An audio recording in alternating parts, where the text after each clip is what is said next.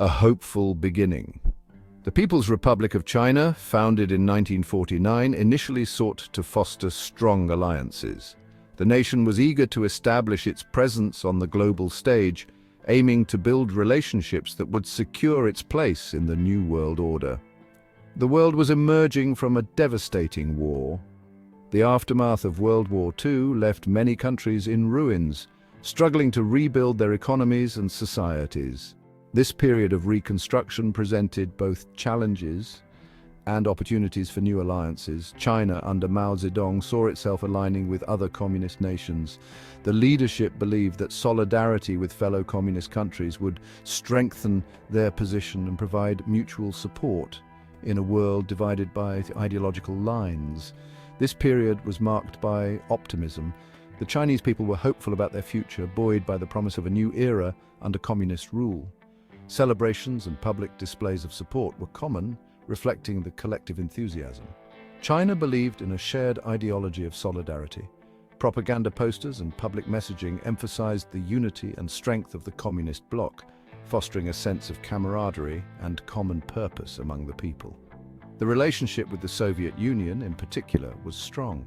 The Sino-Soviet alliance was seen as a cornerstone of China's foreign policy, with both nations working closely together on various fronts.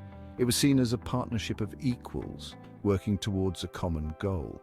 Joint initiatives and cooperative efforts were undertaken, symbolizing the deep bond between the two communist giants. However, this initial optimism was short-lived. As time went on, differences in ideology and approach began to surface, straining the once strong relationship. The complexities of international relations, coupled with China's own internal dynamics, led to a shift. Internal debates and policy discussions highlighted the growing rifts within the leadership. The seeds of mistrust began to be sown. Tensions between China and the Soviet Union grew as each nation pursued its own interests and priorities, leading to a gradual erosion of their alliance. Events on the Korean Peninsula would further complicate China's approach to alliances. The Korean War tested China's resolve and highlighted the challenges of maintaining strong international relationships in a rapidly changing world. The Korean War from 1950 to 1953 was a defining moment for the PRC's foreign policy. It was a brutal conflict that saw millions of lives lost and entire cities reduced to rubble. For China, this war was not just about supporting an ally, but also about asserting its newfound power on the global stage. China's intervention in the war, aiding North Korea, was significant. This move was a clear signal to the world that China was willing to take bold steps to protect its interests and support its allies, even if it meant going head-to-head with the United States and its UN allies. It demonstrated China's willingness to engage militarily on an international scale. The Chinese People's Volunteer Army, as they were called, fought fiercely and with determination, showcasing China's military capabilities and strategic acumen. The war solidified the PRC's perception of the United States as a threat. Chinese propaganda during and after the war painted the US as an imperialist aggressor, further entrenching anti-American sentiment within the country.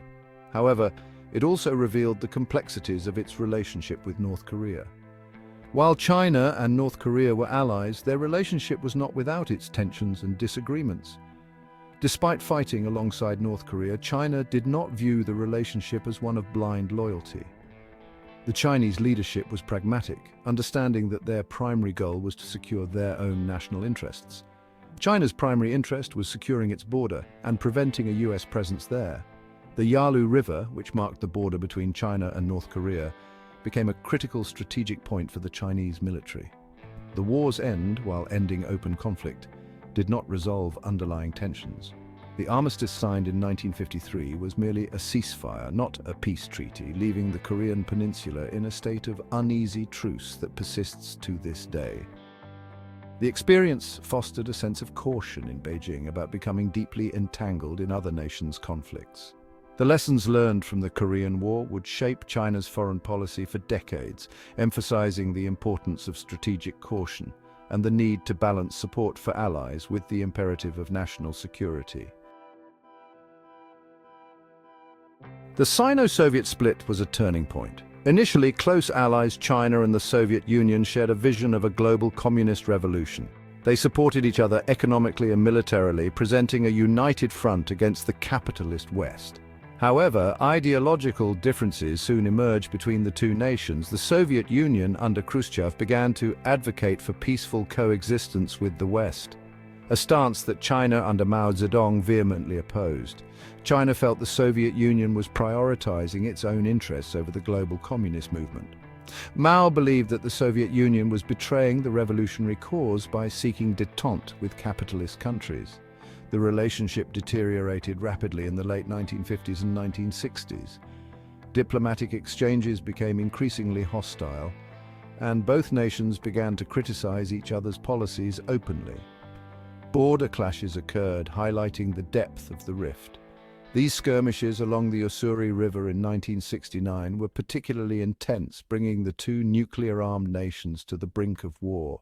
The split had profound implications for China's worldview. It forced Chinese leaders to reconsider their foreign policy and strategic priorities. It shattered the illusion of unwavering communist solidarity. The Chinese populace, once confident in the strength of the communist bloc, now faced the reality of political fragmentation. China now saw itself more isolated.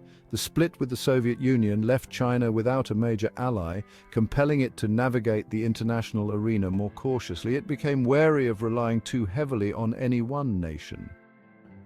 This wariness led China to diversify its diplomatic and economic relationships, engaging with a broader range of countries.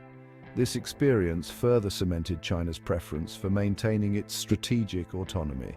The lessons learned from the Sino-Soviet split continue to influence China's foreign policy decisions to this day, emphasizing self-reliance and cautious engagement with other powers.